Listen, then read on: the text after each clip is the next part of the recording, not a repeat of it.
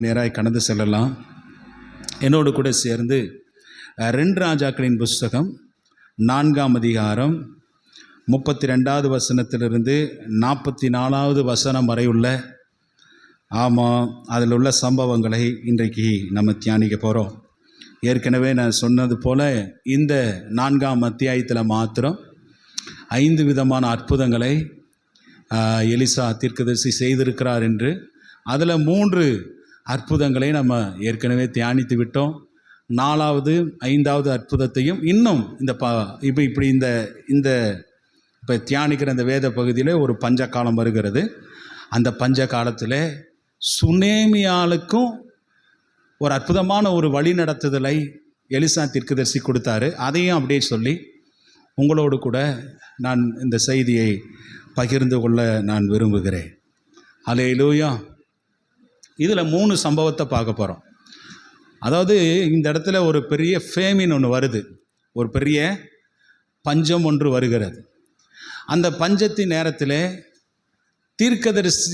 தீர்க்கதரிசன புத்திரர்கள் எப்படி போஷிக்கப்பட்டாங்க, அதே நேரத்தில் அவங்களுக்கு வந்த பஞ்சம் யாருக்கும் தான் வந்திருக்கும், சுனேமியாளுக்கும் வந்திருக்கும்.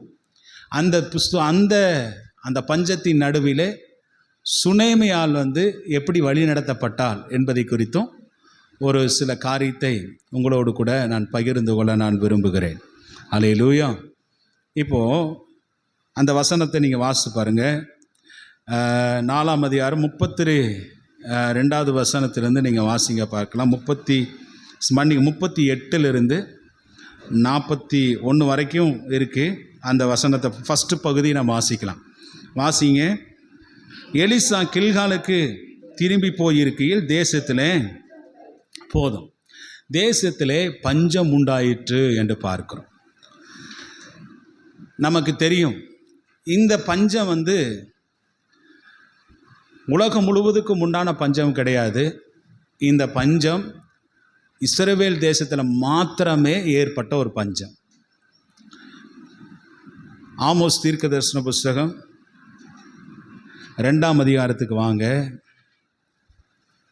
3ஆம் அதிகாரம் 2வது வசனத்தை வாசிங்க பார்க்கலாம்.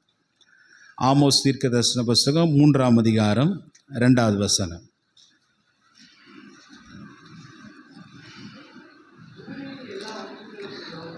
பூமியின் எல்லா வம்சங்களுக்குள்ளும் உங்களை மாத்திரம் அறிந்து கொண்டேன், ஆகையால் உங்களுடைய எல்லா அக்கிரமங்களின் நிமித்தம் உங்களை நான் தண்டிப்பேன். இப்போ இந்த இஸ்ரவேல் ஜனங்களுக்கு மாத்திரம் இந்த இடத்துல பஞ்சம் வந்தது. அவங்களை சுற்றி இருக்கிற பெலிஸ்தியர்களுக்கோ, அம்மோனியர்களுக்கோ, மோவாப்பியர்களுக்கோ, கிர்காசியர்களுக்கோ, எப்பியூசியர்களுக்கோ பஞ்சம் என்ன செய்யலை, வரலை. இங்கே ஆமோஸ் தீர்க்கதரிசி சொன்னுகிறது போல பூமியின் எல்லா வம்சங்களுக்குள்ளும் உங்களை மாத்திரம் அறிந்து கொண்டேன், ஆகையால் உங்களுடைய எல்லா அக்கிரமங்களின் நிமித்தம் நான் உங்களை தண்டிப்பேன் அப்படின்னு. அப்போ இந்த பஞ்சத்துக்கான ஏன் இஸ்ரவேல் தேசத்தில் பஞ்சம் வருது என்பதை குறித்து நான் ஏற்கனவே உங்களுக்கு பல முறை என்ன செய்திருக்கிறேன், சொல்லியிருக்கிறேன். ஏன் பஞ்சம் வருது, அதுக்கு ஒன் ஆஃப் த ரீசன் என்னென்னா, அதாவது famine was a covenant crush. அது என்ன, உடன்படிக்கையின் சாபம் என்று பார்க்கும். தேசத்தில் மழை பெய்யாதபடி வயல் நிலங்கள் எல்லாம் என்ன செய்து பாழாய் போய், ஆறுகளிலே தண்ணி இல்லாமல், குளங்களிலே தண்ணி இல்லாமல், வீட்டினுடைய போரில் தண்ணி இல்லாமல், ஜனங்கள் உணவுக்காய் பஞ்சம், அதாவது கஷ்டப்படுகிற போது இது யாரால் அனுப்பப்படுகிறது அப்படின்னா, தேவனால் அனுப்பப்படுகிறது. ஏன் அப்படின்னா, இவங்க செய்த அந்த உடன்படிக்கையை மீறி தேவன் சொன்ன கட்டளைகளுக்கும் கற்பனைகளுக்கும் விரோதமாக செயல்படும்போது மாத்திரமே இந்த ஃபேமின், இந்த பஞ்சம் தேசத்தில் ஏற்படுகிறது என்று பல வேத பகுதிகள் நமக்கு சொல்லுகிறது. ஃபார் எக்ஸாம்பிள் நிறைய வேத பகுதி இருக்குது. இதெல்லாம் ஏற்கனவே சொன்னதுனால நான் அந்த வசனத்தை மாத்திரம் எங்கெங்கே இருக்குது அப்படிங்கிறத உங்களுக்கு சொல்லுகிறேன் பாருங்கள். லேவியராகமத்தின் புஸ்தகம் 26ஆம் அதிகாரம் 19லிருந்து 20 வரைக்கும். அதே போல் உபாகமத்தின் புஸ்தகம் 28ஆம் அதிகாரம் 18வது வசனத்திலிருந்து 23, 29வது வசனம். சாலமோன் ராஜா ஜெபம் பண்ணுவார். 1 ராஜாக்கள் 8ஆம் அதிகாரம் 36வது வசனத்திலிருந்து 30. தேசத்திலே ஜனங்கள் பாவம் செய்தால் அந்த பாவம் செய்யும்போது கர்த்தர் வானத்தை அடைத்து போடுகிறார். இப்போ தேசத்திலே பஞ்சம் வருகிறது. அப்போ ஜனங்கள் தன்னை தாழ்த்தி தேவனிடத்திலே கேட்கும்போது ஆண்டவர் தேசத்துக்கு சேமத்தை கொடுக்கிறார், மழையை தருகிறார் என்பதை குறித்து இப்படி பலவாறு இந்த வேத பகுதியிலே எழுதி இருக்கிறதை நம்ம பார்க்க முடியும். ஹல்லேலூயா, ஆமென், ஹல்லேலூயா. அதனால் இந்த ஃபேமினுக்கு காரணம் என்னென்னா, இந்த பஞ்சத்திற்கு காரணம் ஜனங்களுடைய அக்கிரமம். ஒரு இஸ்ரவேல் மக்கள் தீங்கு செய்யும்போது, தேவனை விட்டு விலகி போகும்போது, தேவனை விட்டு சோரம் போய் விக்கிரகங்களையும் பாகால்களையும் அவங்க சேவிக்கும்போது ஆண்டவர் தன்னுடைய தீர்க்கதரிசிகளை, தன்னுடைய ஊழியக்காரர்களை அனுப்பி அவர்களை எச்சரிப்பார். இப்படி எல்லாம் செய்யாதீங்க, இந்த மாதிரி பாவ வாழ்க்கை செய்யாதீங்க, மனம் திரும்புங்க. தேசத்தில் ஆண்டவர் இந்த உடன்படிக்கையின் மீறுகிறதுனாலே சாபத்தை கர்த்தர் வரவைப்பார். எனவே ஜனமே தேவனிடத்தில் திரும்பு திரும்பு திரும்பு திரும்புன்னு சொல்லி அவங்க எச்சரிப்பார்கள். ஆனால் எச்சரித்தும் இந்த ஜனங்கள் கேட்காத பட்சத்திலே கர்த்தர் இப்படிப்பட்ட பஞ்சத்தை அவர் அனுப்பும்போது ஜனங்கள் என்ன செய்வாங்க? அதுக்கு பிறகு கஷ்டப்படுற நேரத்தில் ஐயோ கடவுளேன்னு சொல்லி நோக்கி கூப்பிடுவாங்க. அதனால தான் ஆமோஸ் தீர்க்கதரிசன புஸ்தகத்தில் வாசித்தோம், எல்லா ஜனங்களுக்குள்ளும் நான் உங்களை தெரிந்து கொண்டேன். ஏன்னா நான் உங்களை தெரிந்து கொண்டதுனால, நான் உங்களை அறிந்து கொண்டதுனால, நான் உங்களுடைய தீமைக்கு தக்கதாக உங்களை நிச்சயமாக நான் என்ன செய்வேன்? நான் தண்டிப்பேன். அப்போது இந்த தேசம் பார்த்தீங்க, இந்த பஞ்சம் என்பது மற்ற தேசங்களுக்கு அல்ல, இந்த பஞ்சம் என்பது இஸ்ரவேலுக்கு மாத்திரமே இருந்தது என்று பார்க்கிறோம். அந்த நாட்களிலே போன வாரம் சுனேமியாலை குறித்து பார்த்தோம். இன்னைக்கு பார்த்தீங்கன்னா இந்த சுனேமியாலை குறித்து, இந்த பஞ்ச காலத்தில் அந்த அம்மா எப்படி தப்புவிக்கப்பட்டாங்க என்பதை குறித்து சில காரியத்தை உங்களோடு கூட நான் பகிர்ந்து கொண்டு அடுத்த அந்த பகுதியில் இருக்கிற வேத பகுதியை நம்ம தியானிக்க போகிறோம். என்னோடு கூட சேர்ந்து 2 ராஜாக்கள் 8ஆம் அதிகாரம் முதல் வசனத்திலிருந்து வாசிங்க பார்க்கலாம். பஞ்ச காலத்தில் ஃபஸ்ட்டு சுனேமியால் எப்படி தப்பி வைக்கப்பட்டா வாசிங்க. எலிசா தான் உயிர்ப்பித்த 8ஆம் அதிகாரம் முதல் வசனம். 2 ராஜாக்கள் 8 முதல் வசனம்.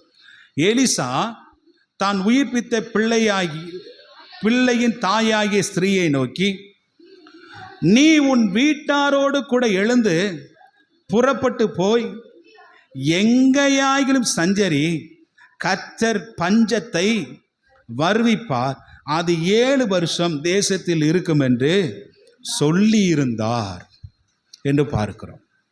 அதில் 7 வருஷம் பஞ்சம் இருக்குமாம்மா. அதனால் நீ என்ன செய்ய, தேசத்தை விட்டு வேற ஒரு தேசத்தில் போய் அந்த பஞ்ச காலங்கள் முடிகிற வரைக்கும் அங்கே இரு, அதுக்கு பிறகு நீ வரலாம் என்று எலிசா தீர்க்கதரிசி சூனேமியாளுக்கு சொல்லி இருந்தார் என்று நம்ம பார்க்கிறோம். அல்லேலூயா. அவருடைய வார்த்தையை கேட்டு அந்த அம்மா பக்கத்து நாட்டிலே உள்ள பெலிஸ்திய நாட்டுக்கு அந்த அம்மா குடிபெயர்ந்து தன் குடும்பத்தாரோடு கூட அவங்க போயிட்டாங்க. நல்லா கவனிங்க, எலிசா தீர்க்கதரிசி பல இடங்களிலே போய் தங்கி இருக்கிறார், பல வீடுகளிலே போய் தங்கி இருக்கிறார். ஆனால் மற்றவர்களுடைய உபசரிப்பை காட்டிலும் இந்த சூனேமியானுடைய இந்த விருந்தோம்பல், இந்த ஹாஸ்பிட்டாலிட்டி எப்படி இருந்தது? ரொம்ப தாராளமாக இருந்தது. எந்த ஒரு கைமாறும் கருதாமல், எந்த ஒரு விதமான விஷயத்தை அவங்க எதிர்பார்க்காம அந்த அம்மா என்ன செய்தது நிமித்தமாக சகல நல்ல கரிசனையோடும் இந்த விஷயத்தை செய்தபடினாலே தீர்க்கதரிசி என்ன செய்தார்னா, இந்த அன்பின் விருந்தோம்பலுக்கு அந்த பஞ்சத்தின் போது அவள் மீது காட்டப்பட்ட அக்கறையே ரொம்ப வெகுமதியாக இருந்தது என்று பார்க்க. இங்கே வேண்டாம், 7 வருஷம் பஞ்சம் இருக்க போது, அதனால் வேற ஒரு இடத்துக்கு போய் நீ குடும்பத்தாரும் பிள்ளைங்க. ஆனால் எலியாவின் நாட்களில் பார்த்தீங்கன்னா, சாரிபாத் ஊர் விதவையை எப்படி போஷித்தார்? அந்த வீட்டிலே போய் தங்கியிருந்து அந்த வீட்டில் அவருக்கு உணவு கொடுத்ததுனால அப்பமும் தண்ணீரும் குறைவில்லாமல் இந்த 3 வருஷம் பஞ்சத்தில் அந்த அம்மாவை காப்பாற்றினார். ஆனால் இங்கே பாருங்கள், இங்கே வேறு விதமாக என்ன செய்யுது? இந்த அம்மா வழி நடத்தப்படுகிறதை நம்ம பார்க்கிறோம். இந்த பஞ்சம் வரப்போகிறது என்று சொல்லி முன்னாடியே அவளுக்கு ஒரு எச்சரிப்பை கொடுத்து, அதற்குரிய ஆயத்த பணிகளை எல்லாம் நீ செய்து நீ குடும்பத்தோடு கூட இந்த பஞ்சத்திலிருந்து தப்பித்து கொள்ளும்படிக்கு நீ என்ன செய், வேற எங்கேயாவது நீ ஓடிப்போ என்று சொல்லுகிறதை நம்ம பார்க்கிறோம். இது ஒரு பாக்கியமான ஒரு காரியங்க. நமக்கு வருகிற தீமையை முன்கூட்டியே ஒரு தீர்க்கதரிசி சொல்கிறார் அப்படின்னா இது ஒரு பெரிய பாக்கியமாகவே கருத வேண்டும். அந்த பஞ்ச காலத்தில் நம்ம தப்பித்து கொள்வதற்கு இது ஒரு கிருபை புரிந்தின வார்த்தையாக அவன் நினைத்து போனான். இல்லை, நான் இந்த தேசத்தில் தான் இருப்பேன், எனக்கு என்ன வந்தாலும் பரவாயில்ல, என் சொத்தையெல்லாம் விட்டுட்டு நான் ஓட மாட்டேன், எனக்கு ப்ராப்பர்ட்டி முக்கியம், விவசாயம் முக்கியம் அப்படின்னெல்லாம் அந்த அம்மா சொல்லாமல் எலிசாவின் வார்த்தைக்கு கீழ்ப்படிஞ்சு 7 வருஷம் பக்கத்து நாட்டிலே உள்ள பெலிஸ்திய நாட்டிலே தன்னுடைய மகனோடும் தன்னுடைய கணவனோடும் வேலைக்காரர்களோடும் போய் அந்த அம்மா பஞ்சம் விளைத்தார்கள் என்று பார்க்கிறோம். ஹல்லேலூயா. ஆமாம், இந்த சிலர் பார்த்திங்கன்னா சில மக்கள் இருக்காங்க எப்படின்னா, பஞ்சம் தேசத்தில் வந்த உடனே எல்லாம் விட்டுட்டு அவங்க உடனே போக மாட்டாங்க. வீட்டில் இருக்கிற எல்லாமே ப்ராப்பர்ட்டி எல்லாம் காலியான பிறகு கடைசியில் ஒன்றுமே இல்லை, சாப்பாட்டுக்கே வழி இல்லை அப்படிங்கிற நேரத்தில் தான் எங்கே போவாங்க, வெளியே போவாங்க. அது வரைக்கும் எங்கே இருப்பாங்க. ஆனால் சுனேமியால் அப்படி இல்லை. உடனே அந்த வார்த்தைக்கு, ஊழியக்காரனுடைய வார்த்தைக்கு கீழ்ப்படிஞ்சு அவங்க போனதை நம்ம பார்க்கிறோம். தீமையை முன்னறிவதே பாக்கியம். நாம் முன்னறியும் போது நம்மை மறைத்து கொள்வதே கிருபை என்று ஒரு பரிசுத்தவான் சொல்லுகிறதை இந்த இடத்துல நம்ம பார்க்கிறோம். அல்லேலூயா. அந்த தீர்க்கதரிசி சொன்ன வார்த்தையின்படி அந்த அம்மா 7 வருஷம் போய் பெலிஸ்திய நாட்டில் இருந்துட்டு வந்தாங்க. ஆனால் பெலிஸ்திய நாட்டில் 7 வருஷம் அந்த அம்மாவுக்கு ரொம்ப கஷ்டமாகவே இருந்திருக்கும். இல்லை, நான் சொல்கிறது உங்களுக்கு புரிஞ்சுதா? 7 வருஷம் எப்படி இருந்திருக்கும், ஏன் கஷ்டமாக இருந்திருக்குன்னு சொல்கிறேன். இந்த அம்மா ஒரு பயபக்தியுள்ள ஒரு ஸ்திரீ, நல்ல ஒரு கனம் பொருந்திய ஒரு ஸ்திரீ. அமாவாசைனா சபைக்கு போகிறத விட மாட்டாங்க, ஓய்வு நாளில் சபைக்கு போகிறத நிறுத்த மாட்டாங்க. அவங்க தன்னுடைய கூட்டத்து ஜனங்களோடு கூட போய் கர்த்தரை ஆராதிக்கிறதும், இதை விட எலிசா வந்துட்டார்னா ரொம்ப சந்தோஷம். அவரு கர்த்தரை ஆராதிக்கிறது, கர்த்தருடைய வார்த்தையை கேட்கிறது, ஆர்வமாய் ஆண்டவரை துதிக்க பாட ஆராதிக்க, இப்படி அமாவாசைன்னு பார்க்காம எந்த நாளுன்னு பார்க்காம எப்பெல்லாம் சபை கூடி வருதோ அப்போவெல்லாம் போய் கர்த்தரை தொழுது கொண்டவங்களுக்கு 7 வருஷம் கஷ்டமாகவே இருந்திருக்கும். பெலிஸ்திய நாட்டில், அந்த நாட்டில் போய் இவங்க இஸ்ரேல் தேசத்தில் செய்தது போல் அங்கே போய் என்ன செய்ய முடியாது, செய்வதற்கு வாய்ப்பே இருந்திருக்காது. அதனால் 7 வருஷம் எப்படா ஒளியும், எப்படா பஞ்சம் முடியும் காத்திருந்து கடைசியில் பார்த்திங்கன்னா பஞ்சம் முடிஞ்ச பிறகு அவன் கணவரை குறித்து பைபிள் சொல்லலை, மகனை கூட்டிகிட்டு தன்னுடைய சொந்த தேசத்துக்கே திரும்பி வந்தாள் என்று பார்க்குறோம். அதுக்குள்ளே பார்த்திங்கன்னா அந்த லேண்டெல்லாம் கோயிலுடைய கருவறைக்கு என்ன செய்தது, ராஜா எழுதி வச்சிட்டார். எழுதி வச்சு இந்த அம்மா நேராக ராஜாவின் இடத்துல போகிறாங்க. ராஜாவின் இடத்துல போய் தன்னுடைய லேண்டுக்காக இவ்வளோ ப்ராப்பர்ட்டி இருந்தது, என் தேசத்தில் என்னுடைய வீட்டுக்காரர் வயது மூத்தவராக இருந்தார், ஆனால் பெரிய செல்வந்தராக இருந்தார், எங்களுக்குள்ள நிலத்தை எங்களுக்கு நீங்கள் தந்துருங்க அப்படின்னு கேட்டார். அப்போ ராஜாவுக்கு சந்தேகம் வந்தது. அப்போ இது யாருடைய காலத்தில் நடந்தது அப்படின்னா, எலிசா தீர்க்கதரிசி உயிரோடு தான் இருக்கார். எலிசா தீர்க்கதரிசி காலத்தில் நடந்தது. அப்படிங்கும்போது எலிசா தீர்க்கதரிசியுடைய உதவி வேலைக்காரனை கேயாசியை ராஜா கூப்பிட்டு கேட்குறாரு, ஆமாம், இந்த குழந்தை வயசான காலத்தில் இந்த சூனேமியாளுக்கு ஆண்டவர் குழந்தை எலிசா தீர்க்கதரிசி மூலமாக குழந்தை கொடுத்தாரு, அவர் ஜெபம் பண்ணினது போது குழந்தை கொடுத்தாரு. இந்த குழந்தை ஒரு நாளில் இறந்துருச்சு. அந்த இறந்த பிறகு அந்த குழந்தை உயிரோடு கூட எலிசா தீர்க்கதரிசி மீட்டார். எல்லாம் நான் கூட தான் இருந்திருக்கிறேன், இவளுக்குரிய ப்ராப்பர்ட்டி இங்கே தான் இருக்குது அப்படின்னு சொன்னோன்னே ராஜா அவளுக்குரிய ப்ராப்பர்ட்டியை திருப்பி கொடுத்துட்டாரு என்று நம்ம பார்க்குறோம். ஹல்லேலூயா. ஒரே ஒரு விஷயந்தான் இதிலிருந்து நான் உங்களுக்கு சொல்ல போகிறேன். என்னென்னா, அந்த சூனேமியால் பஞ்சம் வந்த காலத்தில் கூட ஊழியக்காரனுடைய வார்த்தையை கீழ்ப்படிஞ்சு பக்கத்து நாட்டுக்கு போய் சஞ்சரிச்சு. அதுதான் விஷயம். எந்த நேரத்திலும் தன்னுடைய ஊழியக்காரனுடைய வார்த்தை எந்த சூழ்நிலையை கேட்கறது விசுவாசிகளுக்கு ரொம்ப நல்லது. ஆமென். ஹல்லேலூயா. ஆமாம், அது அந்த அம்மா பாருங்கள், கீழ்ப்படிஞ்சு அந்த அம்மா போனாங்க. திரும்பி தன்னுடைய சொத்தை குறித்து கவலைப்படவில்லை. 7 வருஷம் பஞ்சத்தில் கர்த்தர் பெலிஸ்திய நாட்டில் அந்த அம்மாவை அருமையாக அற்புதமாக வழி நடத்தப்பட்டார். அதுக்கு பிறகு திரும்பி வந்த உடனே அவளுக்கு அவளுடைய சொத்தும் கிடைச்சது என்று நம்ம பார்க்கிறோம். ஆமென், ஹல்லேலூயா. சரி, இப்போது இந்த பஞ்ச காலத்தில் பார்த்தீங்கன்னா தீர்க்கதரிசன புத்திரர்கள் இருந்தார்கள் என்ற ப்ராப்பர்ட்டிக் ஸ்கூல் இருந்துச்சுன்னு நம்மெல்லாம் பார்த்தோம். கில்காலிலே, பெத்தேலிலே, யோர்தான் பக்கத்துல எல்லாம் அந்த ப்ராப்பர்ட்டிக் ஸ்கூல் இருந்ததாக நம்ம பார்த்தோம். அந்த ப்ராப்பர்ட்டிக் ஸ்கூலில் எலிசா தான் தலைமை தாங்கி அதை நடத்தி கொண்டிருந்தார். கிட்டத்தட்ட 100 பேருக்கு மேலே அந்த தீர்க்கதரிசன பள்ளியில் இருந்தாங்க என்று பார்க்கிறோம். பாகாலுக்கு முன்பதாக முழங்கால் படியிடாத 7000 பேர். அப்போ பெரிய கூட்டமே என்ன செய்யுது, தீர்க்கதரிசன பள்ளியில் இருந்திருக்கிறாங்க. அங்கங்கே பெத்தேலில், யோர்தான் நதி பக்கத்தில், எரிகோவில், கிளையாத்தில், இப்படியெல்லாம் அதாவது கிளையாத்தில், அது இப்போ அந்த ஊர் என்ன ஊர், இந்த 2 ராஜாக்களின் புஸ்தகம் 4ஆம் அதிகாரத்துக்கு வாங்க. 4ஆம் அதிகாரம் கில்காலில் இப்படி தீர்க்கதரிசன புத்திரருடைய பள்ளிகள் இருந்தது என்று நம்ம பார்க்கிறோம். எலியா உயிரோடு இருந்தபோது எடுத்துக்கொள்ளப்படுவதற்கு முன்பதாக இவங்களை எல்லாம் போய் சந்தித்து அதுக்கு பிறகுதான் பரலோகத்துக்கு எடுத்துக்கொள்ளப்பட்டு போனார் என்று நான் உங்களுக்கு சொன்னேன். அதுக்கடுத்து எலிசாவின் மேல் அந்த பொறுப்பு வந்ததுனால எலிசா இந்த தீர்க்கதரிசன பள்ளியை அவர் பராமரித்து வந்தார். அந்த தீர்க்கதரிசன புத்திரர்களுக்கு தேவையான எல்லா காரியத்தையும் செய்து வந்தார் என்று நம்ம பார்க்கிறோம். அல்லேலூயா. இந்த பஞ்ச காலத்தில் பார்த்தீங்கன்னா 2 இந்த தீர்க்கதரிசன புத்திரர்களுக்கு உணவு சம்மந்தப்பட்ட காரியத்தில் இந்த எலிசா தீர்க்கதரிசி என்ன அற்புதம் செய்தார் என்பதை குறித்து 2 பகுதியாக இந்த இடத்துல எழுதப்பட்டிருக்குது. அந்த 2 பகுதியை நம்ம இப்போ நம்ம தியானித்து நம்ம முடிக்க போகிறோம். ஆமென், ஹல்லேலூயா. அந்த வசனத்தை வாசிங்க.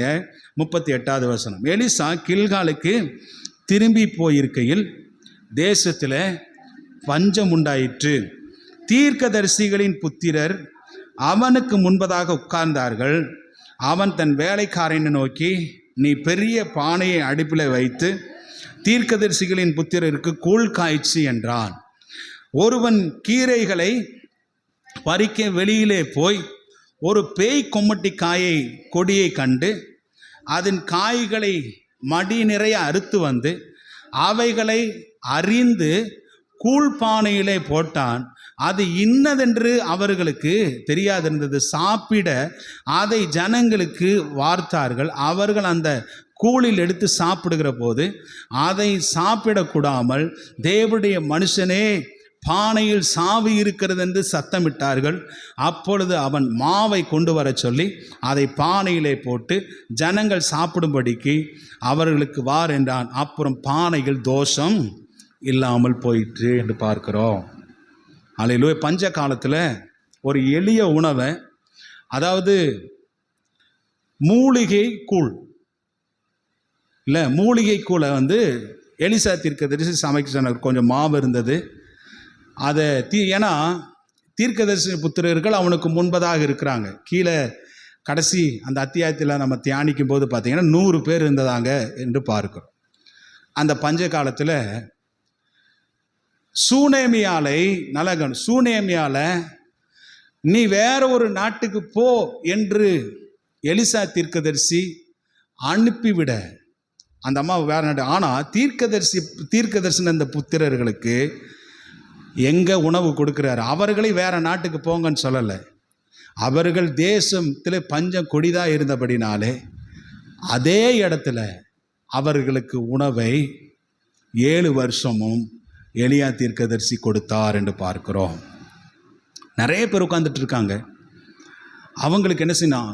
என்ன இருந்தாலும் மனுஷர் தானே, என்ன இருந்தாலும் அதாவது மனுஷன் அதாவது போஜனத்தினால் அல்ல, கர்த்தருடைய வாயிலிருந்து புறப்படுகிற வார்த்தையினால் பிழைப்பான் என்றிருந்தாலும், அதாவது அவங்களுக்கு ஆத்துமாவுக்கு தேவையான எல்லா கர்த்தருடைய வார்த்தையும் அவங்களுக்கு கிடைச்சிச்சு. அவங்களுடைய ஆத்துமா நிறைவாக இருந்தது. எலிசா தீர்க்கதரிசி பார்த்தீங்கன்னா கர்த்தருடைய வார்த்தைக்கு அந்த நாட்களிலே பஞ்சம் கிடையாது. எலிசா தீர்க்கதரிசி கர்த்தருடைய வார்த்தையை போதிக்கும் போது அவங்க ஆத்துமா திருப்தி அடைந்தது, ஆத்துமா சந்தோஷம் அடைந்தது, ஆத்துமா அவர்களுக்கு நிறைவாக இருந்தது. அவருக்கு முன்பதாக உட்கார்ந்து கர்த்தருடைய ஞானத்தை அவர் மூலமாக என்ன செய்கிறாங்க? கேட்டுக்கிட்டே இருக்கிறாங்க. எலிசா தீர்க்கதரிசி அவங்களுக்கு ட்ரெயின் பண்ணுறார். எலிசா தீர்க்கதரிசி அவர்களுக்கு டீச் பண்ணுறார். வேத பிரமாணங்களை குறித்து, தீர்க்கதரிசிகளை குறித்து, தீர்க்கதரிசன காரியங்களை குறித்து அவர் டீச் பண்ணும்போது அதை நிறைவாய் அவர்கள் பெற்றுக்கொள்கிறார்கள். ஆத்துமாவுக்கு தேவையான எல்லா போஜனமும் அவங்களுக்கு கிடைச்சிருச்சு. இவங்க எதுக்காக போதிக்கப்பட்டாங்கன்னா, மற்றவங்களுக்கு போய் என்ன செய்யணும், சொல்வதற்காக இவர்கள் கர்த்தருடைய வார்த்தையினாலே நிரப்பப்பட்டார்கள். ஆனால் அவங்க என்னதான் இருந்தா, இவ்வளோ பெரிய தீர்க்கதரிசியாக இருந்தாலும் இந்த சரீர பசி ஒன்று இருக்குது பார்த்தீங்களா, இந்த சரீர பசியை அது எதனால தான் தீர்க்க முடியும்? சாப்பிட்றதுனால தான் தீர்க்க முடியும். அதுக்காக என்ன செய்கிறாரு, கறியெல்லாம் சமைக்காமல் அந்த பஞ்ச காலத்தை அவங்க அதை கரெக்டாக பயன்படுத்தி கூழ சமைச்சாங்கன்னு பாருங்க. மாவை நல்லா கிண்டி வேலைக்காரன் இடத்துல சொல்லி நல்லா கூழ சமைக்கிறார். அப்படி கூழ சமைக்கும் போது ஒரு தீர்க்கதரிசன புத்திரர் என்ன செய்கிறாரு, வெளியே போகிறாரு. ஒரு பேய் தெரியாமல், அதாவது அந்த கூழோடு சேர்ந்து அந்த மாவோடு சேர்ந்து, அதாவது ஹெர்புலாக கூழ் சமைக்கலாம் அப்படின்ட்டு, அல்லேலூயா, மூலிகை கூழ் சமைக்கலாம் அப்படின்னு அந்த பஞ்ச காலத்தில் ஊழியக்காரங்களுக்கு கொஞ்சம் நல்ல ஸ்ட்ரென்த்தாக இருக்குமே அப்படின்னு அதை பறிக்க போனான். அது அவனுக்கு என்னன்னே தெரியாது. அந்த பேய் கொமட்டிக்காயை போய் என்ன செய்கிறான், பறிச்சுட்டு வந்துடுறான் என்று பார்க்குறோம். இந்த பேய் கொமட்டிக்காய் தெரியுமில்ல, பேய் கொமட்டிக்காய் பார்த்துருக்கீங்க? அது அது என்ன சொல்லுவாங்கன்னா, அது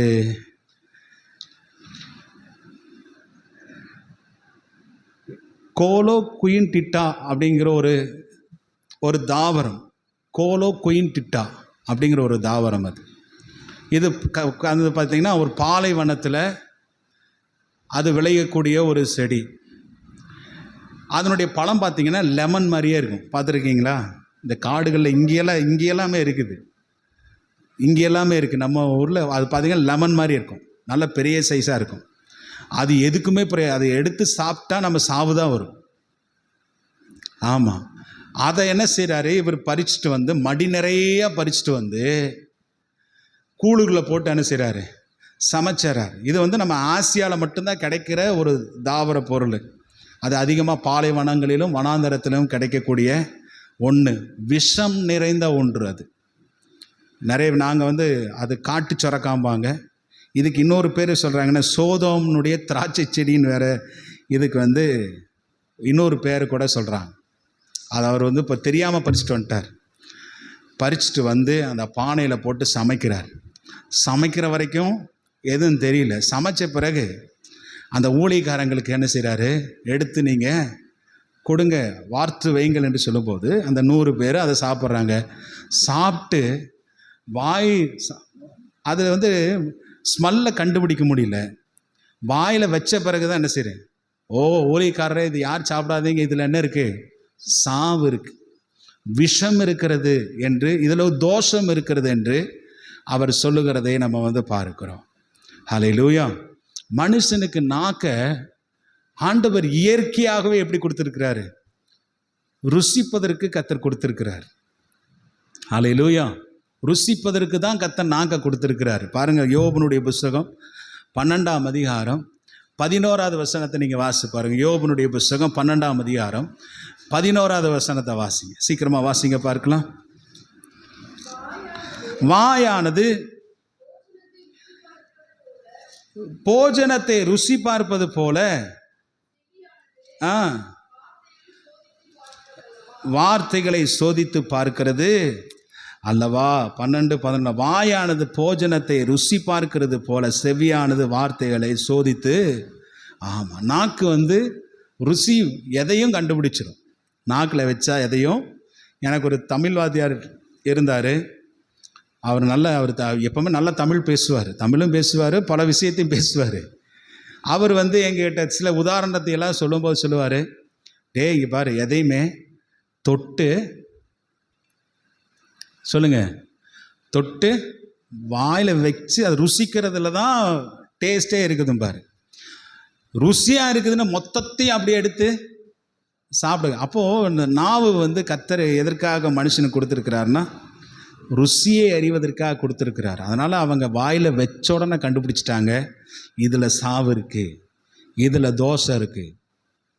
அதாவது எலிசா தீர்க்கதரிசி இருக்கிறார், எப்படியே செத்து போனால் கூட உயிரோடு எழுப்புவார். ஆனால் அது வர்றதுக்கு முன்பதாக இவர்கள் என்ன செய்தார்கள், பாதுகாக்கப்பட்டார்கள் என்று நம்ம பார்க்கோம். ஹல்லேலூயா. ஒரு விஷயம் நல்லா தெரிஞ்சு வச்சுக்கோங்க. இந்த மாதிரி இந்த பேய் கொமெட்டிக்கா இந்த மாதிரி இதெல்லாம் நீங்கள் பார்த்தீங்கன்னா இந்த இந்த அதாவது தீங்கு மனுஷனுக்கு தீங்கு விளைவிக்கக்கூடிய இந்த நம்முடைய ஊரில் ஏதாவது விளைவிக்கிறத பார்த்தா அதனுக்குரிய பேக்ரவுண்டு என்னன்னு கேட்டால், ஆண்டவர் பூமியை சபிச்சதே அதற்கு. ஆமாம், எப்போலாம் அந்த மாதிரி காயெல்லாம் பார்க்குறீங்களோ, விஷத்தன்மை உள்ளது என்று அறிகிறீர்களோ, அப்போல்லாம் நம்முடைய மைண்டில் வர வேண்டிய விஷயம் என்னென்னா, ஆண்டவர் இந்த பூமியை சபிச்சதனுடைய விளைவே என்று ஒவ்வொருத்தரும் என்ன செய்யணும், புரிந்து கொள்ள வேண்டும் என்று நம்ம பார்க்கிறோம். ஹல்லேலூயா. ஆதாமுடைய காலத்தில் என்னைக்கு பாவம் செய்தனோ, ஏதேன் தோட்டத்தில் இந்த மாதிரி விஷத்தன்மையுள்ள எந்த காயையும் நம்ம பார்க்க முடியாது. ஆதாம் ஏதேன் தோட்டத்தில் என்ன சாப்பிட்டாரு? ஃபுல் அண்ட் ஃபுல்லாகவே வெஜிடேரியன் தான் சாப்பிட்டார், காய்கறியில் சாப்பிட்டார். நம்ம பரலோகத்துக்கு போனாலும் நம்ம பரலோகத்தில் என்ன தான் சாப்பிட போகிறோம் சொல்லுங்கள்? அங்கே எல்லாம் எண்ணெயெல்லாம் கிடைக்காது. நீங்கள் கிடைக்கிற அங்கே பரலோகத்தில் பீஸாவும் கிடைக்காது, பர்கரும் கிடைக்காது, வேறு கேஎஃப்சி சிக்கனும் கிடைக்காது, சில்லி சிக்கனும் கிடைக்காது, ஒன்றும் கிடைக்காது. பரலோகத்தில் என்ன தான், ஏதேன் தோட்டத்தில் என்ன இருந்ததோ அதுதான் பரலோகத்திலையும் கற்று தருவார். ஃபுல் அண்ட் ஃபுல்லாக என்னது, வெஜிடேரியன் தான். நான்வெஜ்ஜுக்கு அங்கே இடமே கிடையாது. ஹல்லேலூயா. ஏதேன் தோட்டத்தில் ஆதாம் அப்படி தான் இருந்தார். சுத்தமாக அங்கே இருக்கிற வெஜிடபிள்ஸை பறித்து பழ வகைகளை சாப்பிட்டு நல்லா இருந்தார். எப்போ இந்த கசப்பான கனிகள்லாம் இந்த உலகத்தில் வந்துச்சு, பூமியில் வந்துச்சு அப்படின்னா, அவங்க 2 பேர் என்னைக்கு பாவம் செய்தார்களோ, பாவம் செய்த போது எல்லாம் தலைகளாக முள்ளும், 3ஆம் அதிகாரத்தில் வாசிக்கிறோம், முள்ளும் குறுக்கும் முளைத்தது என்று பாருங்கள். கசப்புத்தன்மையெல்லாம் அப்போ தான் இங்கே வந்தது. விஷச்செடிகள் அப்போ தான் இந்த பூமியில் உருவாச்சு. முட்கள் அப்போ தான் இந்த பூமியில் உருவாச்சு.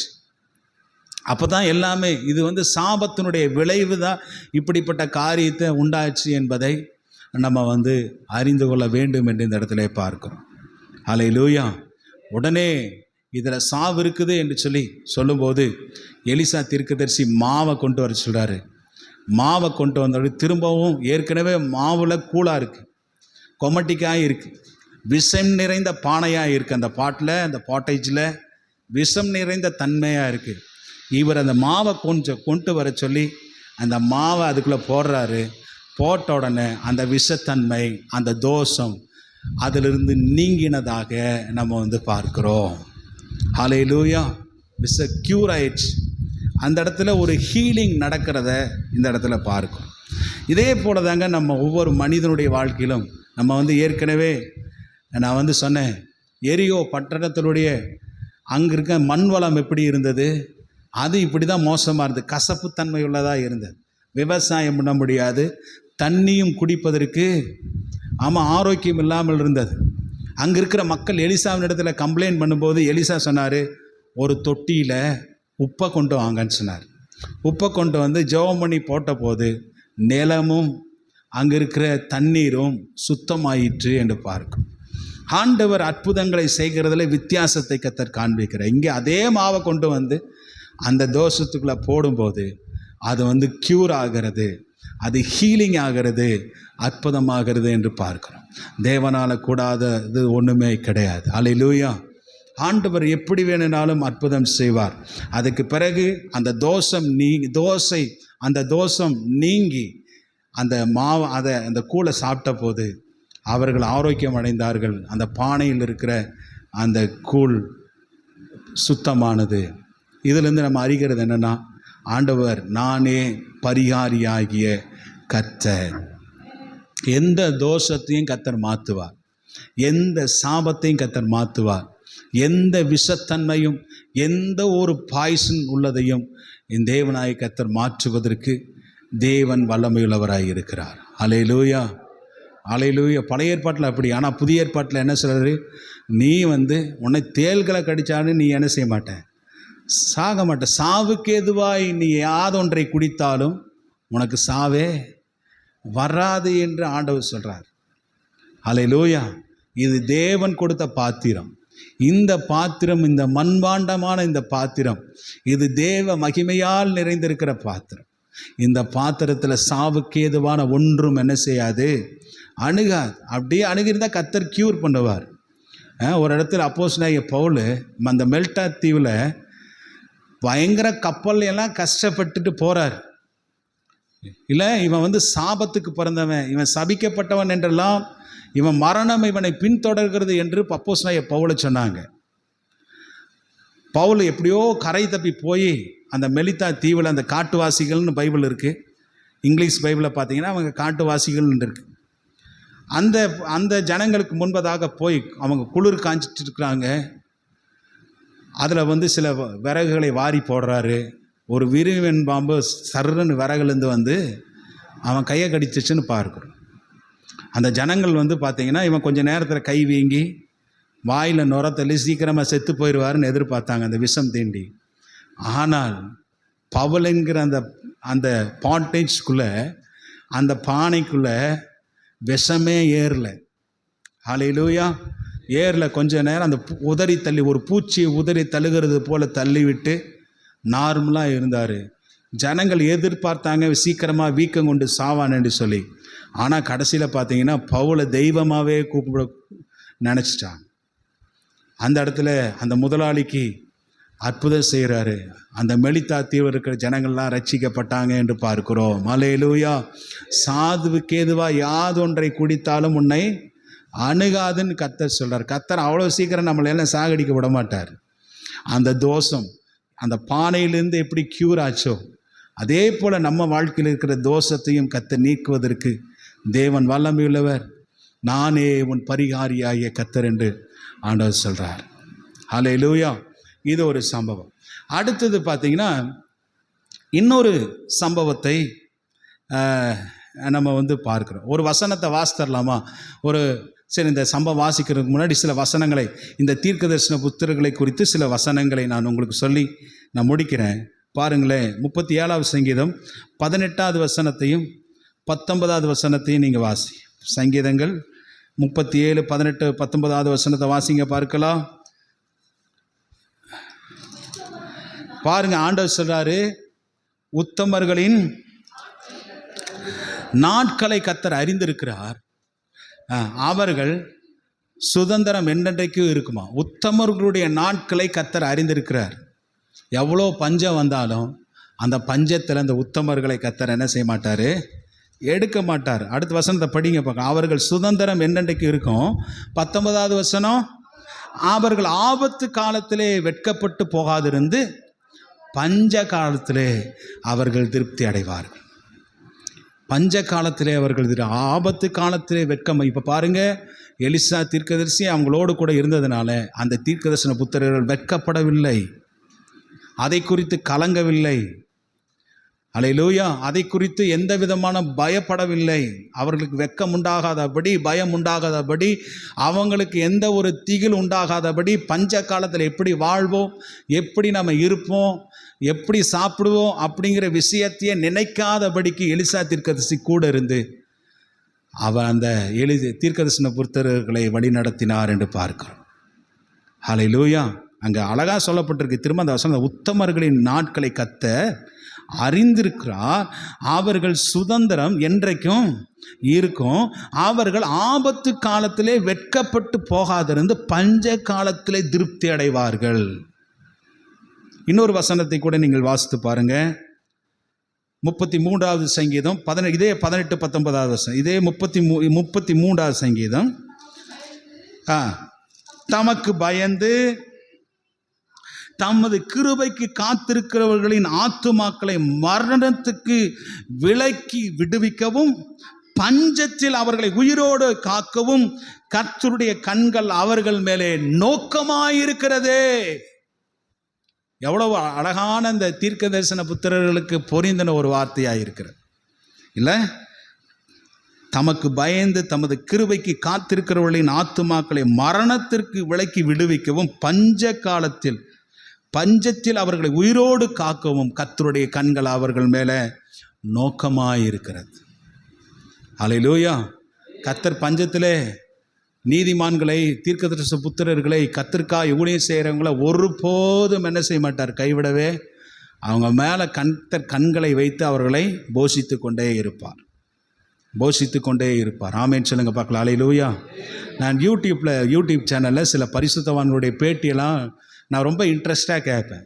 அவங்க எப்படி சின்ன வயசுலேருந்து அவங்களுடைய நடந்து வந்த பாதைகள் அப்படிங்கிற சாட்சியெல்லாம் நிறையா வச்சு சொல்லுவாங்க.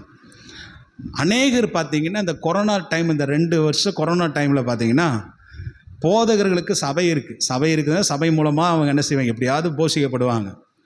இந்த இவாஞ்சலிஸ்ட் பாசஸ்லாம் இருக்குது. இவாஞ்சலிஸ்ட்னால் சுவிசேஷம் ஊழியம் செய்கிறவங்க. எங்கேயாவது போய் ஆராதனை நடத்தி எங்கேயாவது சுவிசேஷம் சொன்னால் தான் அவங்க அது மூலமாக அவங்க கொடுக்குற காணிக்கையில் பிழைப்பு நடத்த முடியும். அப்படி நிறைய இவாஞ்சலிஸ்ட் சொன்ன காரியம் என்னென்னா, 2 வருஷம் இந்த கொரோனா டைமில் கர்த்தர் என்னை ஒரு நாள் கூட பசியால் வருந்த விடவே இல்லை. நான் மட்டும்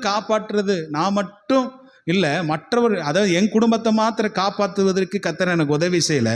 அதை ஏன் மூலமாக நலிவடைந்த ஊழியக்காரர்களுக்கு உதவி செய்ய கர்த்தர் கிருபை செய்திருக்கிறாரு என்று சொன்னார். ஏன் அப்படின்னா, ஊழியக்காரன் கர்த்தருடைய பிரதிநிதி. தேச ஜனங்களுடைய அக்கிரமங்களை அவன் கண்டித்து உணர்த்துகிறவன். பாவம் செய்யாத, அக்கிரமம் செய்யாத, தேவனை விட்டு வழி விலகி போகாத, அப்படி போனேன்னா தேசத்தில் பஞ்சம் வரும் என்று எச்சரிப்பை சொல்லக்கூடிய தீர்க்கதரிசிகளை கர்த்தர் ஒருபோதும் என்ன செய்ய மாட்டாங்க, ஆண்டவர் கைவிட மாட்டார். அவங்க வெட்கப்பட மாட்டாங்க, அவங்க கலங்கவே மாட்டாங்க. ஏன்னா ஆண்டவர் அப்படி தான் சொல்கிறாரு. நீங்கள் அதாவது மக்களையும் ஆண்டவர் சொல்லாரு, ஊழியக்காரனையும் ஆண்டவர் சொல்லுகிறதை ஏசாயா தீர்க்கதரிசன புஸ்தகத்திலே வாசிக்கிறோம். 65ஆம் அதிகாரத்துக்கு என்னோடு கூட சேர்ந்து நீங்கள் திருப்பிக் கொள்ளுங்க. ஏசாயா தீர்க்கதரிசன புஸ்தகம் 65ஆம் அதிகாரம் அதனுடைய 10வது வசனத்திலிருந்து வாசிங்க பார்க்கலாம். என்னை தேடுகிற என் ஜனத்துக்கு சாரோன் ஆட்டு தொழுவமாகவும் ஆகோரின் பள்ளத்தாக்கு மாட்டுக்கடையாகவும் இருக்கும். ஆனாலும் கர்த்தரை விட்டு என் பரிசுத்த பருவத்தை மறந்து காத்தெனும் தெய்வத்திற்கு பந்தியை ஆயத்தம் பண்ணி மேனி என்னும் தெய்வத்திற்கு பானபலியை நிறைய வார்க்கிறவர்களே, உங்களை நான் பட்டயத்துக்கு எண்ணி கொடுப்பேன். நீங்கள் அனைவரும் கொலை செய்யப்பட குனிவீர்கள். நான் கூப்பிட்டும் நீங்கள் மறு உத்தரவு கொடுக்கவில்லை, நான் பேசியும் நீங்கள் கேட்கவில்லை. இதெல்லாம் ஊழியக்காரனை கொண்டு கர்த்தர் பேசுறார். ஆனால் செவி கொடுக்கல. காத்தென்கிற பேய்களுக்கும் மேனி என்கிற பேய்களுக்கும் தூபங்காட்டி என்னை விட்டு பரிசுத்த ஸ்தலத்துக்கு வராம, ஆராதிக்க வராம நீங்க சோரம் போனீங்க. அப்படிப்பட்டவர்களை குறித்து இங்க பேசுகிறதை பார்க்க, நான் பேசியும் நீங்கள் கேட்கவில்லை, என் பார்வைக்கு பொல்லாப்பானதை செய்து எனக்கு பிரியமில்லாததை நீங்கள் தெரிந்து கொண்டீர்கள். அந்த வார்த்தையை கேட்காத ஜனங்களுக்கு, இஸ்ரவேல் மக்களுக்கு ஆண்டவர் சொல்றாரு. ஆனா 13வது வசனத்தை பாருங்க, என்ன சொல்றாரு? ஆதலால் கர்த்தராகிய ஆண்டவர் சொல்லுகிறார், இதோ என் ஊழியக்காரர் புசிப்பார்கள், இதோ ஊழியக்காரர்கள் குடிப்பார்கள், நீங்களோ தாகமாய் இருப்பீர்கள். இதோ என் ஊழியக்காரர்கள் சந்தோஷப்படுவார்கள், நீங்களோ வெட்கப்படுவீர்கள். அடுத்தது, இதோ என் ஊழியக்காரர் மனமகிழ்ச்சியினாலே கம்பீரிப்பார்கள், நீங்களும் மனநோவினாலே அலறி ஆவியின் முறிவிலே புலம்புவீர்கள் என்று சொல்லுகிறதை பார்க்கிறோம். அவன் வார்த்தை சொல்லிட்டு போயிட்டான். அந்த 7 வருஷம் பஞ்ச காலத்தில் பார்த்தீங்கன்னா மற்ற ஜனங்கள் எல்லாம் இது போல தவிக்கிறாங்க. ஆனால் அந்த தீர்க்கதரிசன புத்திரர்களுக்கு இந்த வசனத்தில் சொல்லப்பட்டது போல ஆண்டவர் மகிழ்ச்சியும் சந்தோஷத்தையும் கர்த்தர் தராரு. ஹல்லேலூயா. அவங்க திருப்தியாக சாப்பிட்றாங்க, நல்லா இருக்கிறாங்க, மகிழ்ச்சி அடைகிறாங்க. ஊழியக்காரங்க புசிச்சாங்க, இதோ என் ஊழியக்காரங்க குடிச்சாங்கன்னா நல்ல திராட்சை ரசம், இந்த மாதிரி சொல்றது. அவர்கள் என் ஊழியக்காரர்கள் என்ன செய்தாங்க? சந்தோஷப்படுவார்கள், நீங்களோ வெட்கப்படு. என் ஊழியக்காரர்கள் மனமகிழ்ச்சியான கம்பீரிப்பார்கள், நீங்களோ மனநோவினு. அதுதான் அந்த 7 வருஷம் பஞ்ச காலத்திலும் இருந்தது. தீர்க்கதரிசன புத்திரர்கள்லாம் கர்த்தருடைய வார்த்தை சொல்லிட்டு சந்தோஷப்பட்டார்கள், அவர்கள் மகிழ்ந்திருந்தார்கள், அவர்கள் போஷிக்கப்பட்டார்கள், அவர்கள் தாகம் தீர்க்கப்பட்டார்கள். தேவனுடைய வார்த்தைக்கு கீழ்ப்படியாத மக்களுடைய நிலைமை இதே இதில் சொல்லப்பட்டது போலவே ஆயிற்று என்று பார்க்கிறோம். அல்லேலூயா. இப்போ நீங்கள் மட்டும் நீங்கள் எல்லோரும் கேட்பீங்க ஊழியக்காரனா பெரிய ஸ்பெஷல். எஸ், அவங்க ஸ்பெஷல் தான். ஆனால் கர்த்தருடைய வார்த்தையை எச்சரித்து சொல்கிறாங்க. அதனால் கர்த்தருடைய வார்த்தைக்கு கீழ்ப்படிஞ்சு அவங்க சொன்னதுனால அவங்கள பராமரிக்க வேண்டியது, அவங்கள போஷிக்க வேண்டியது யார் போஷிக்கிறா? கர்த்தர் போஷிப்பார். கர்த்தர் கைவிடவே மாட்டார். அவங்க மேலே கண்ணை வச்சு அல்லேலூயா அவங்கள பாதுகாத்து பஞ்ச காலத்திலே அவர்களை கர்த்தர் கைவிடாமல் இருந்து அவங்களை வெட்கப்படுத்தாமல் இருந்து அவர்களை போஷித்தார் என்று பார்க்கிறோம். ஒருவன் எனக்கு ஊழியம் செய்வானால் பிதாவாகிய தேவன் அவனை கனம் பண்ணுவார் என்று. அதனால சிலற்ற நம்மை பசியினால் வருந்த விடார், தாகத்தினால் கர்த்தர் வருந்த விடார். ஆண்டவர் நாளைக்கு என்ன தேவைங்கிறத கர்த்தர் இன்னைக்கே என்ன செய்கிறார்? எனக்கு ஆண்டவர் கொடுக்க தேவன் வல்லமையுள்ளவராக ஏதாவது விதத்திலிருந்து கர்த்தர் அற்புதம் செய்யும். அன்னைக்கு மனோஜ் கூட ஒருத்தர் அன்னைக்கு எதிர்பார்க்கவே இல்லை, ஃபஸ்ட்டு ஒருத்தர் உங்களுக்கு ஒரு காணிக்கை கொடுத்துட்டான்னு கொண்டு வந்து என்ன செய்த அப்படி எனக்கு அப்படி கர்த்தர் ஏதோ யார் மூலமாவது தம்முடைய ஊழியக்காரர்களை ஆண்டவர் போஷிக்கிறதுல என் தேவன் வல்லமையுள்ளவராக இருக்கிறார். எதிர்பார்க்காத இடத்துல அவரை நிச்சயமாக எதிர்பார்க்கவே இல்லை. அவர் அங்கெல்லாம் அதாவது பட்சிக்கிறவனிடத்துலேருந்து பட்சணம் வந்த மாதிரி நமக்கு கர்த்தர் ஏதாவது உதவியை யார் மூலமாவது கர்த்தர் செய்வார் என்பதை சந்தேகம் இல்லை. அல்லேலூயா. நம்ம நிற்கணுங்க. நம்ம ஸ்ட்ராங்காக கர்த்தருக்கா நிற்கும்போது கூட்டம் வந்தாலும் சரி, வராட்டும் சரி, மக்கள் இருந்தாலும் சரி, இல்லாட்டும் சரி, இன்னைக்கு தேடி வர்றாங்கல்ல, நம்மளை தேடி வர்றாங்க. அல்லேலூயா. இன்னும் ஒரு 2-3 வாரத்தில் தெரியும் நம்மளை. அல்லேலூயா. ஆமாம், இன்னும் 2-3 வாரத்தில் தெரியும் யார் வர்றாங்க. அல்லேலூயா. கர்த்தர் நல்லவர். ஆமென். நம்ம கர்த்தருக்காக வைராக்கியம் பாராட்டும் போது கர்த்தர் அற்புதத்தை. சரி, கடைசியாக இன்னொரு சம்பவத்தை சொல்லி முடிச்சிடறேன் பாருங்கள். இப்படி பஞ்சத்தின் காலத்தில் தீர்க்கதரிசி புத்திரர்கள் இப்படி மாவெல்லாம் ஒரு வேளை தீந்து தான் என்னன்னு தெரியல, அப்படி இருந்தாலும் எலிசா தீர்க்கதரிசி பார்த்துக்குவார். ஆமென். அந்த டைமில் பாருங்கள், ஒருத்தர் அந்த வசனத்தை நீங்கள் வாசிக்கலாமா? அந்த பகுதியை வாசிங்க. 4ஆம் அதிகாரம் 42வது வசனத்திலிருந்து வாசி. 44. பாகால் சலிசாவிலிருந்து ரெண்டாவது இந்த தீர்க்கதரிசி புத்திரர்கள் எப்படி போஷிக்கப்பட்டாங்க அப்படிங்கிறது இந்த இடத்துல நம்ம வாசிக்கிறோம். ஒரு மனுஷன் பாருங்க, பாகால் சலிசாவிலிருந்து தேவனுடைய மனுஷனுக்கு முதற் பலனான வார்கோதுமையின் 20 அப்பங்களையும் தாழ் கதிரைகளையும் கொண்டு வந்தான். அப்பொழுது அவன் ஜனங்களுக்கு சாப்பிட கொடு என்றான். புரிஞ்சுதுங்களா? அப்போ இங்கே நல்லா கவனிங்க. அந்த பஞ்சத்தின் காலத்தில் இந்த மனுஷன், அதாவது இந்த வார்கோதுமை இங்கே வாசிக்கிறல்ல, இந்த வார்கோதுமை அப்பம் 20 அப்பங்கள், அந்த அந்த தாள்கள் இருக்கு. இதெல்லாம் என்னன்னா முதற் பலன்கள் என்று எழுதப்பட்டிருக்கிறது. முதற் பலன்கள் என்னன்னா, அவர் எங்கேயோ ஒரு இடத்துல விவசாயம் பண்ணியிருக்கிறார். அந்த 7 வருஷம் பஞ்ச காலத்தில் ஏதோ ஒரு இடத்துல விவசாயம் பண்ணியிருக்கிறாரு. அந்த விவசாயம் பண்ணினதனுடைய முதற் பலன்களை யாருக்கு கொண்டு வந்து கொடுத்தா? தீர்க்க தரிசன புத்திரர்களுக்கு கொண்டு வந்து கொடுத்தான் என்று பார்க்கும். ஹல்லேலூயா. நல்லா கவனிங்க. அதாவது எருசலேமுக்கு போகணுன்னா ரொம்ப தூரம், அங்கே தான் ஆசாரியர்கள் இருக்கிறாங்க, அங்கே தான் ஆலயம் இருக்குது. அதனால இந்த மனுஷன் என்ன செய்தால், நம்ம பக்கத்திலேயே தீர்க்கதரிசன பள்ளி இருக்குது, கீழ்காலிலேயே இருக்குது, நம்ம ஏன் அவ்வளோ தூரம் போகணும்னு சொல்லி அங்கே இருக்கிற கர்த்தருக்காய் ஊழியம் செய்கிற எலிசாவும் அங்கே இருக்கிறார் என்று சொல்லி அந்த எலிசாவுக்கு முதற் பலன்களை கொண்டு வந்து. முதற் பலன்னா என்னதுங்க? வீட்டில் ஒரு செடி நட்டுறீங்க. அந்த செடி நட்டும்போது முதல்ல ஒரு மாம்பழமோ, ஒரு கொய்யா மரமோ, ஒரு பீன்ஸோ, ஒரு கேரட்டோ, ஒரு முட்டைக்கோஸோ, வேற என்ன ஒரு முதல் வர்றது எதுவோ அதை கர்த்தருக்காக கொண்டு வர்றது, அதான் முதற் பலன்கள். அதே போல் காணிக்கையில் அப்படிதான். நம்ம வாங்குற சம்பளத்தில் 10% கர்த்தருக்குன்னு எடுத்து வைக்கிற. இன்றைக்கி எங்கே நம்ம கர்த்தருக்கு எடுத்து வைக்கிற? எல்லாம் இந்த இஎம்ஐக்கு தான் ஃபஸ்ட்டு கட்டணும், இந்த இஎம்ஐ 2வது கட்டணும், இந்த இஎம்ஐயை 3வது கட்டணுங்கிற ஒரு பெரிய ட்ரெண்டில் போயிடுச்சு. கர்த்தரை நம்ம டீலில் விட்டுட்டோம் இல்லை. இந்த பாருங்கள், ஒரு ஞானமாக அந்த மனுஷன் செய்கிறான். ஏதோ ஒரு பஞ்ச காலத்தில் 7 வருஷம் பஞ்சங்க, 7 வருஷம் இந்த பஞ்ச காலத்தில் கர்த்தருக்குன்னு முதற் பலனை, அது சின்னதாக ஒரு பெருசெல்லாம் கிடையாது, ஒரு 20 பேர் சாப்பிட்ற அளவுக்கு தான் அந்த வார்கோதுமை அப்போ இருந்தது. அந்த தாழ் கதிர்கள் அவ்வளோதான் இருந்தது. அவன் உண்மையாக அதில் தசம்பாகத்தை முதற் பலன்களை கொண்டு வந்து ஊழியக்காரனுக்கு சரி போஷிக்கப்படணும்னு சொல்லி தீர்க்கதரிச புத்திரர்களுக்கு கொண்டு வந்து கொடுக்குறான். அவன் மேலே குறை சொல்ல முடியாது. 100 பேர் இருந்தாங்க, அப்படிதான் இருக்கு. ஆனால் அவன் அவன் கரெக்டாக அந்த விஷயத்தை செய்கிறான். 100 பேர் இருக்கிறாங்க, அதெல்லாம் மேட்டர் கிடையாது. என்னுடைய தோட்டத்தில் இவ்வளவுதான் என்னது விளைஞ்சது, இவ்வளவுதான். அதில் முதல் கர்த்தருக்கு கொடு என்று நியாயப்பிரமாணத்திலே கற்பனையில் எழுதப்பட்டிருக்கிறத கர்த்தருக்கு நான் என்ன செய்கிறேன், கொண்டு வந்து கொடுத்தேன். ஆனால் அவர்களுக்கு எலிசா தீர்க்கதரிசி வைங்கிறாரு. கிட்டத்தட்ட பார்த்தீங்கன்னா 100 பேர். அதில் ஒருத்தர் சொல்கிறாரு பாருங்களேன், 42 43 வசனத்தை, 42வது வசனம். அதற்கு அவனுடைய பணிவிடைக்காரர், இதை நான் 100 பேருக்கு முன்பதாக வைப்பது எப்படி?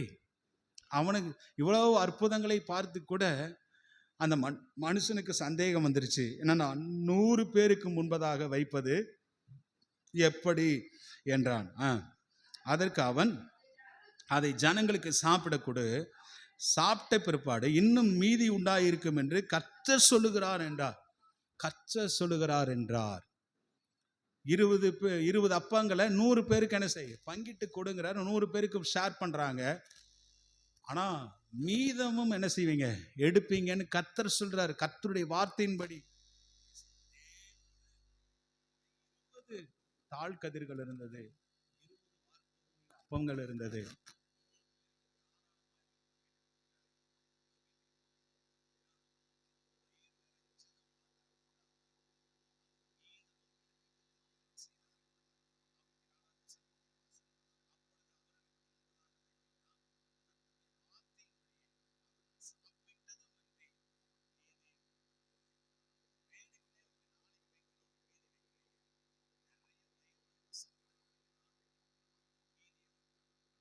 எல்லா வீட்லையும் நடக்கிறது போல ஆண்கள் வர 100 ஆம்பளைக்கு ஒரு ஆம்பளை எவ்வளோ சாப்பிடுவான்னு நீங்கள் பாருங்க.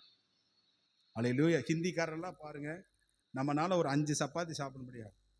நம்ம வீட்டில் செய்கிற சப்பாத்தி எவ்வளோ பெருசாக இருக்கும், இவ்வளோ பூரினா இவ்வளோ பெருசு இருக்கும், சப்பாத்தினா நம்ம கையளவு இருக்கும். ஆனால் அவங்க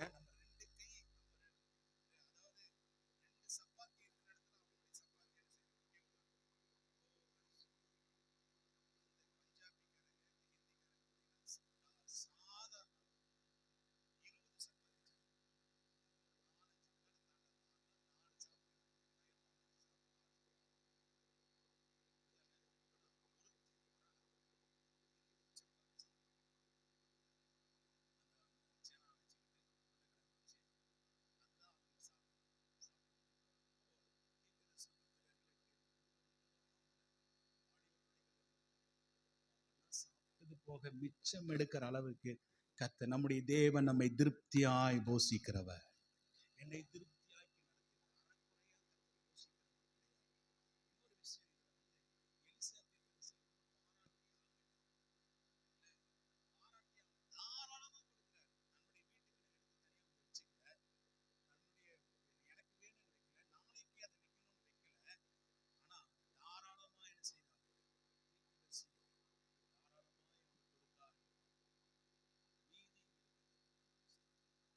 இதே போலதான் இயேசு கிறிஸ்துவினுடைய நாட்கள் நடந்த வசனத்தை கேட்டாங்க, ஜனங்கள் எல்லாரும் கேட்டுட்டு இருந்தாங்க. சாயந்தரம் ஆனபோது அவங்களுக்கு டைம் போனது தெரியல, பசி எடுத்துருச்சு. பைபிளை வாசிக்கிறோம், புருஷர் மாத்திரம் 5000 பேர் என்று இருக்கிறது. மார்க்கு சுவிசேஷத்துக்கு என்னோடு கூட வாங்க. மார்க்கு சுவிசேஷம் 6ஆம் அதிகாரம் 35வது வசனத்திலிருந்து வாசிங்க பார்க்கலாம். மார்க்கு சுவிசேஷம் 6:35. வெகு நேரம் வசனத்தை கேட்டுட்டே இருந்தவங்க, சாயந்தரம் ஆயிடுச்சு. வெகு நேரம் சென்ற பின்பு சீசர்கள் அவரிடத்தில் வந்து, இது வனாந்திரமான ஒரு இடம், வெகு நேரம் ஆயிற்று, புசிக்கிறதற்கும் இவர்களிடத்தில் ஒன்றுமில்லை, ஆகையால் இவர்கள் சுற்றி இருக்கிற கிராமங்களுக்கும் ஊர்களுக்கும் போய் தங்களுக்காக அப்பங்களை வாங்கி கொள்ளும்படி இவர்களை அனுப்பிவிட வேண்டும் என்ற. சீசர்கள் சொல்றாங்க, ரொம்ப நேரம் ஆயிடுச்சு, இவங்க ரொம்ப தூரத்திலிருந்து வந்திருக்கிறாங்க, சுற்றி இருக்கிற கிராமங்களுக்கு போய் அவங்க அப்பங்களை வாங்கி விடும்படி அனுப்பேன். அப்போ ஆண்டவர் சொல்றாரு, இல்லை நீங்களே அவங்களுக்கு, அவங்க இன்னொரு ஸ்டேட்மெண்ட் சொல்றாங்க, அவரை நோக்கி நீங்களே அவர்களுக்கு போஜனம் கொடுங்கள் என்றார். அதற்கு அவர்கள், நாங்கள் போய் 200 பணத்து அப்பங்களை வாங்கி இவர்களுக்கு புசிக்க கொடுக்க கூடுமோ ஏண்டால் இது எப்படி நான் வந்து 200 பணத்துக்கு இப்போ இவங்க இத்தனை பேர் இருக்காங்க, புருஷர் மாத்திரம் 5000 பேர், என்னுடைய கணக்கின்படி மனைவி பிள்ளைகள் எல்லாம் சேர்த்துனா 20,000 பேர் இருப்பாங்க. அவங்களுக்கு எப்படி 200 பணத்துக்கு வாங்கி எப்படி இவங்களுக்கு நான் கொடுக்குறது? என்கிட்ட காசும் இல்லையே, ஒன்றும் இல்லையேங்கிறேன். அப்போ ஆண்டவர் சொல்லி நீங்கள் அவங்களுக்கு கொடுப்பீங்கிறேன். அல்லேலூயா. 38வது வசனம். அதற்கு அவர், உங்களிடத்தில் எத்தனை அப்பங்கள் உண்டு, போய் பாருங்கள் என்றான். அவர்கள் பார்த்து வந்து 5 அப்பங்களும் 2 மீன். 5 வெறும் 5 அப்பம் 2 மீன். ஒரு யூதம், ஒரு சின்ன குழந்தை சாப்பிட்ற அளவுக்கு தான் இருக்குது. 5 அப்பம் 2 மீன். அல்லேலூயா. நான் சாப்பிட்ற அளவு 5 அப்பம் 2 மீன். அல்லேலூயா. அவ்வளோதான் இருக்குது. என்ன அவ்வளோதான். இயேசு கிறிஸ்துவின் இடத்துல வந்து சொல்கிறாங்க. அப்பொழுது எல்லாரும் 39வது வசனத்தை பாருங்க.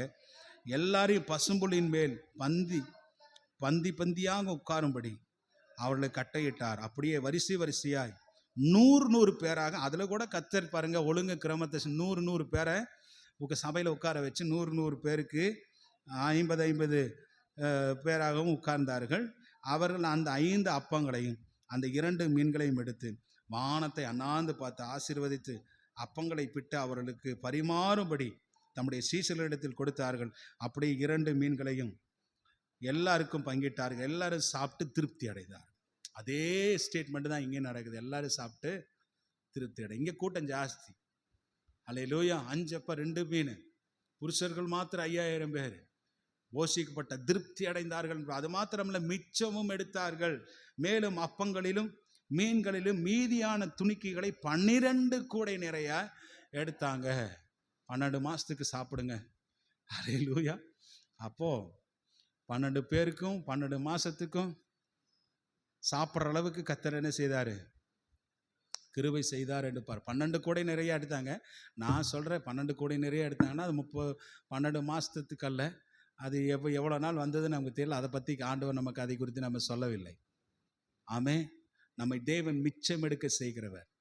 ஆண்டவர் மீதியாக இருக்க கர்த்தர் செய்கிறவர் நம்முடைய தேவன். ஹல்லேலூயா. நம்ம தேவனால் எல்லாம் கூடும். கர்த்தரால் கூடாத காரியம் ஒன்றுமே இல்லை. இப்போது கர்த்தர் இங்கே யாருக்கு விருந்து கொடுத்தாரு தெரியுமா? சிறுவேளை இன்னைக்கு லட்சக்கணக்கான ஜனங்கள் இருக்கலாம். ஆனால் அந்த 20,000 பேருக்கு மாத்திரம்தான் கர்த்தர் உணவு கொடுத்தார். இவங்க யாரு? வசனத்தை கேட்க வந்தவங்க. டைம் போகிறதே தெரியாமல் கர்த்தருடைய வார்த்தையை கேட்க வந்த ஜனங்களுக்கு இந்த ஆசீர்வாதம் ஆண்டவர் திருப்தி அடை செய்கிறார். அங்கே எலிசாவின் இடத்துல இருந்த தீர்க்கதரிசன புத்திரர்களும் யார் தான்? வசனத்தை அவர் முன்பதாக உட்கார்ந்து அவரிடத்திலிருந்து வசனத்தை கேட்கிறார். எத்தனையோ ஜனங்கள் இருந்திருக்கலாம். ஆனால் அந்த தீர்க்கதரிசன புத்திரர்கள் ஆர்வமாய் அவரிடத்திலிருந்து கற்றுக்கொண்டு மக்களுக்கு போதிக்கிறதுக்காக வந்தவர்கள், அவர்கள் போஷிக்கப்பட்டார்கள். மீதமும் எடுக்க கர்த்தர் கிருபை செய்தார். அப்படிதான் 7 வருஷம் 2 அற்புதம் தான் இந்த இடத்துல அவங்களை குறித்து எழுதப்பட்டிருக்கிறது. 7 வருஷமும். ஏன்னா 7 வருஷம் சாப்பிடணும், 3 நேரம் சாப்பிடணும். அப்போ அந்த 3 நேரத்துக்கும் அந்த 7 வருஷத்துக்கும் கர்த்தர் போஷிக்கிறதுலே தேவன் வல்லமையுள்ளவராக இருந்தார். கர்த்தர் அவங்களை வெட்கப்படுத்தலை, அவங்கள கைவிடலை. ஆண்டவர் அவங்கள விட்டு விலகாமல் ஏற்ற நேரத்திலே அவங்க மேலே கண்ணை வச்சு கர்த்தர் பஞ்ச காலத்திலே ஆபத்து காலத்திலே அவர்களுக்கு உதவி செய்து போஜனத்தை கொடுக்க தேவன் வல்லமையுள்ளவர். இனிமேல் எவ்வளோ பெரிய பேனிக் நம்ம வாழ்க்கையில் கொரோனாவை போல நடந்தாலும் ஒன்று, நல்ல கர்த்தருடைய பிள்ளைகளை கர்த்தர் ஒருபோதும் கைவிட மாட்டார். பஞ்ச காலத்திலே கர்த்தர் நம்மை போஷிப்பார். ஆமென். சொல்லுங்க ஹல்லேலூயா. திருப்தியாக்கி நடத்துகிற தேவன் நம்முடைய தேவன். நம்முடைய குறைகளை எல்லாம் ஆண்டவர் மகிமையிலே நிறைவாக்குவாராக. இந்த ஊழியக்காரர்கள் போஷிக்கப்பட்டு காப்பாற்றணும். ஒன்றுங்க, தேவ சமூகத்தில் உட்கார்ந்து இருக்கிறவங்க அவங்க தன்னை விட்டு எடுபடாத நல்ல பங்கை அவர்கள் தெரிந்து கொள்ளுகிறார்கள். ஆமென். ஹல்லேலூயா. மார்த்தாள் நிறைய வேலை செஞ்சு சோர்ந்து போயிருந்தா. ஆனால் மரியாளோ தன்னை விட்டு எடுபடாத நல்ல தேவனுடைய வார்த்தையை கேட்பதற்கு தன்னை ஒப்பு கொடுத்தா. அவளை கர்த்தர் ஆசீர்வதித்தார். கர்த்தர் தாமே உங்களை ஆசீர்வதிப்பாராக.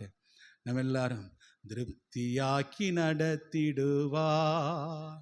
தேவை